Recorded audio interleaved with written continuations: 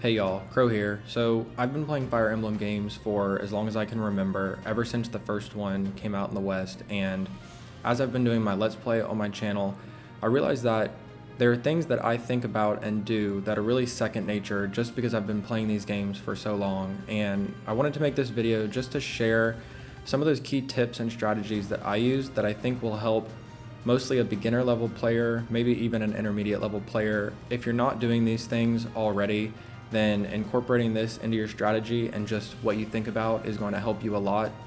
I love this game, and combat is my favorite part of the game, and I would hate for that to be frustrating for anyone and turn anyone off from this series. So I'm going to walk through two major things. The first one being understanding what role each of your character plays, how to figure that out, and then secondly, positioning. So if we start with the first one, what role your character is going to play. So I thought of about 5 main roles that these characters in Fire Emblem Three Houses are going to play. There's a physical damage dealer, a physical tank, a magic damage dealer, a magic tank, and a healer.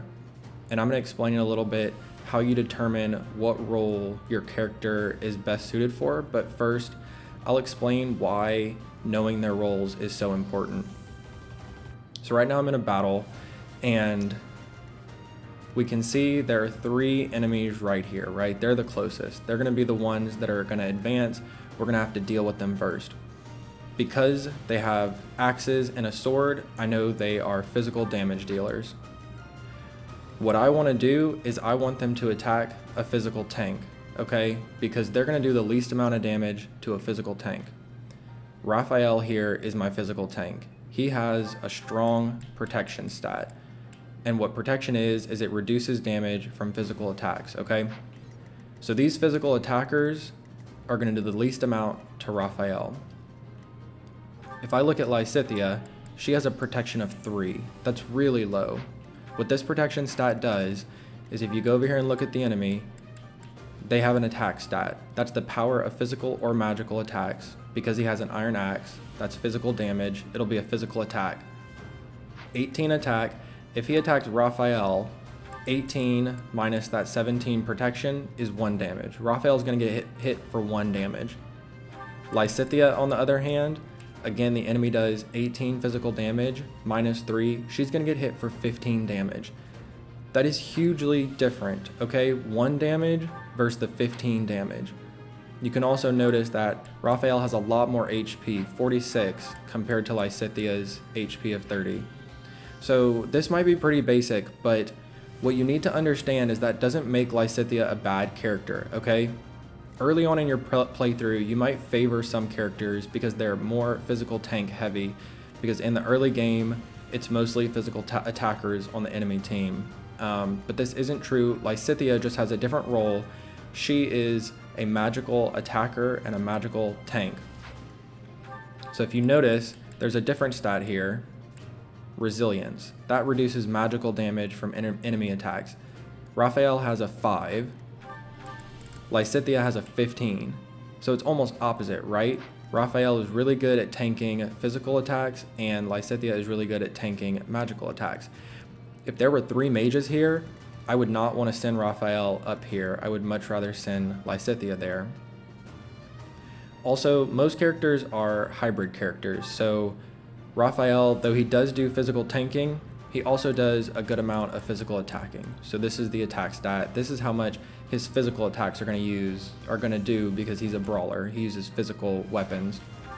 Lysithea, on the other hand, she is a magic attacker. So she has the same attack stat, but that's for magical damage because she has a magic spell equipped. So these are kind of hybrid characters, and they play different roles, and they will do better in certain situations depending on what the enemy composition looks like. And so we talked about physical and magical attackers, we talked about physical and magical tanks.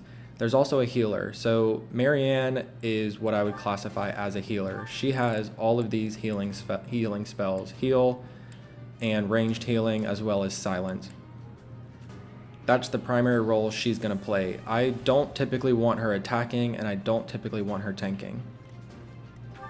Typically how you can tell if someone's a healer is just by their spells.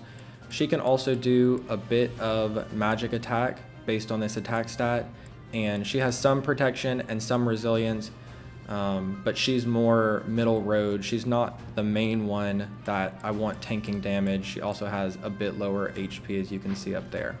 So the first thing you really should do when you see your cast of players, really before your first battle, is take a look at these stats over here. Understand who has high physical resistance, who has high magical resistance, and then look at their attack stat. Another thing to keep in mind is AS, the attack speed.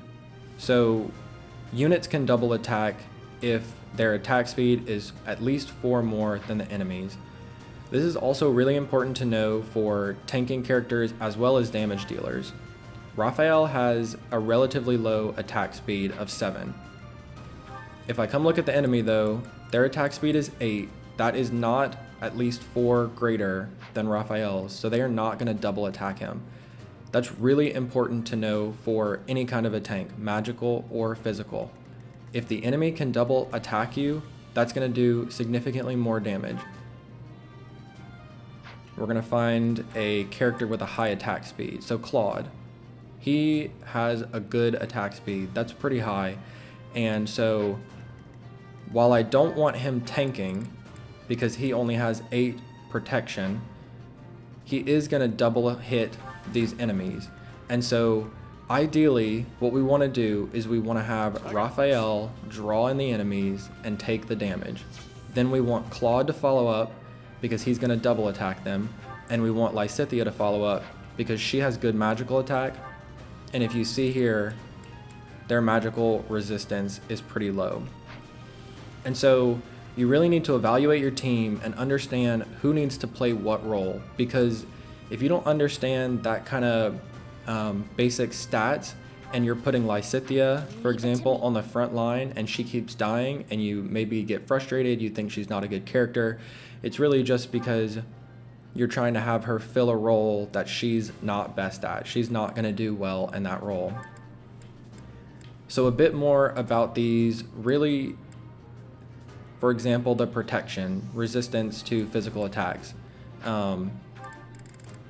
That is determined here by your defense. So defense reduces damage from physical attacks, and then you've got your resistance, which reduces damage from the magical attacks.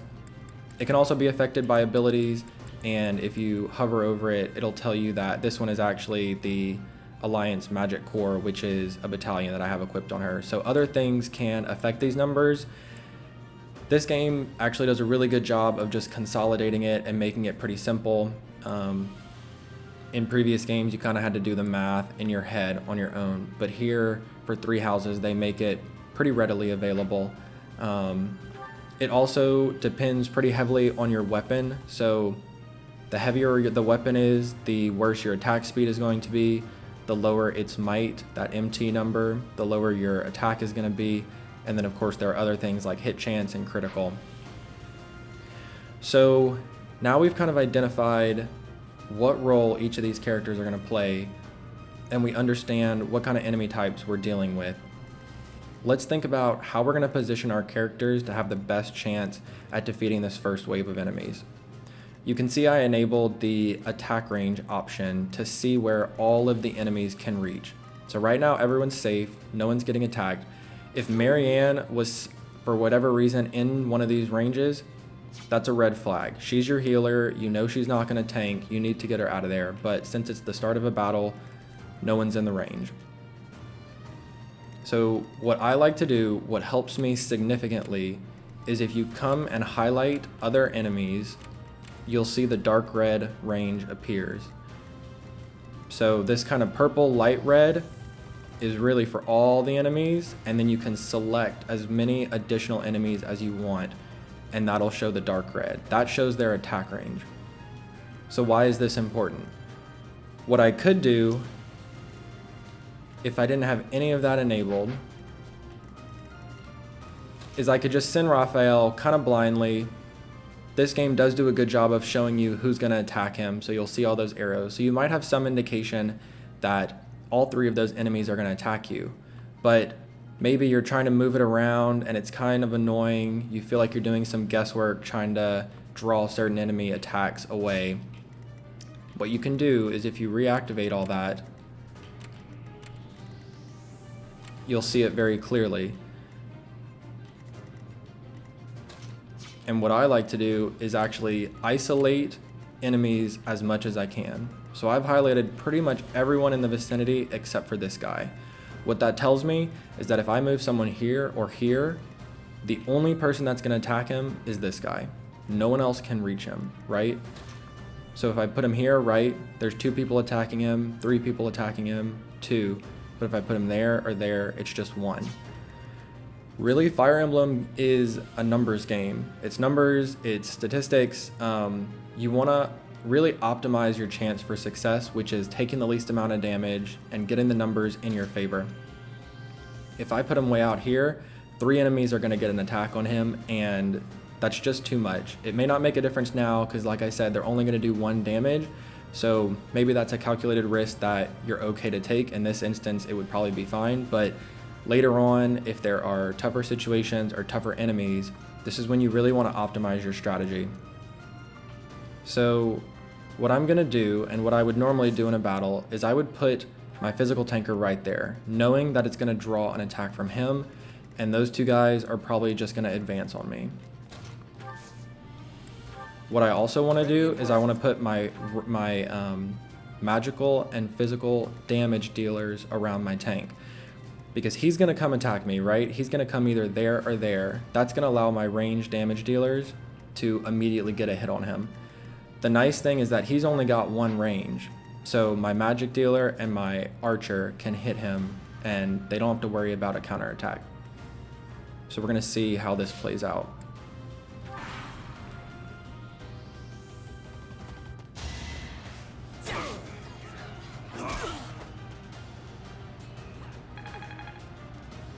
So it just did 1 damage. That's exactly what we expected, and that's great. I mean, you barely even notice that hit. So you can see the attack range has changed just because they've advanced. Really, since they're close, I know they can attack pretty much anyone they want. I might as well uncheck them. Now what I just need to worry about is knowing where these guys' attack range is and these guys. I want to stay out of that dark red. I don't want to attract any more enemies than I have to. I've already got enough on my plate with these 3 guys right here. So really the objectives now is just to finish off these enemies, and you're in a good position, right? You've drawn these 2 guys out and they didn't attack anyone. You only had to deal with 1 attack. Now I've got my range damage dealers here. They can come in and kind of clean up, and my physical tank can maybe advance a little bit, maybe put him over here. That way, you know, get an attack on him, and I'll be well suited and positioned for where I want to make the next move. Obviously, I could have moved, and normally I would have moved all of these characters up a little bit more before I ended my last turn, but I just wanted to do kind of a quick walkthrough of things that I think about, things that help me a lot. And so just to kind of recap, make sure you're looking at your characters and those stats that I walked through and understanding exactly what role they're going to play. That's going to make it significantly easier to know which role is going to be tank and which role really shouldn't be tanking and should focus on damage. And then once you've got that figured out, use positioning and enemy attack range to figure out kind of your optimal positioning. So put your tank where it's going to draw some enemies out, but he's not going to get overwhelmed. And then position your ranged people behind him and near him, but still out of the attack range. So then once your enemies make their advance, now it's just cleanup, right? I mean, I can just send all of these people out to attack. I stand ready. So hopefully this is helpful. This was kind of a basic explanation, like I said, more aimed at beginners, but really as you advance in the game and enemies get harder, maps get harder, things get more complex, this type of basic strategy and basic thought process is really going to help out. So hopefully that's helpful for some people. Like I said, I love this game. I love this series. I don't want combat to be a frustration for anyone, and I want to make sure that people kind of understand 2 basic concepts that I think just can really help you out if it's not something you have a grasp on. So thanks for watching, guys, and good luck.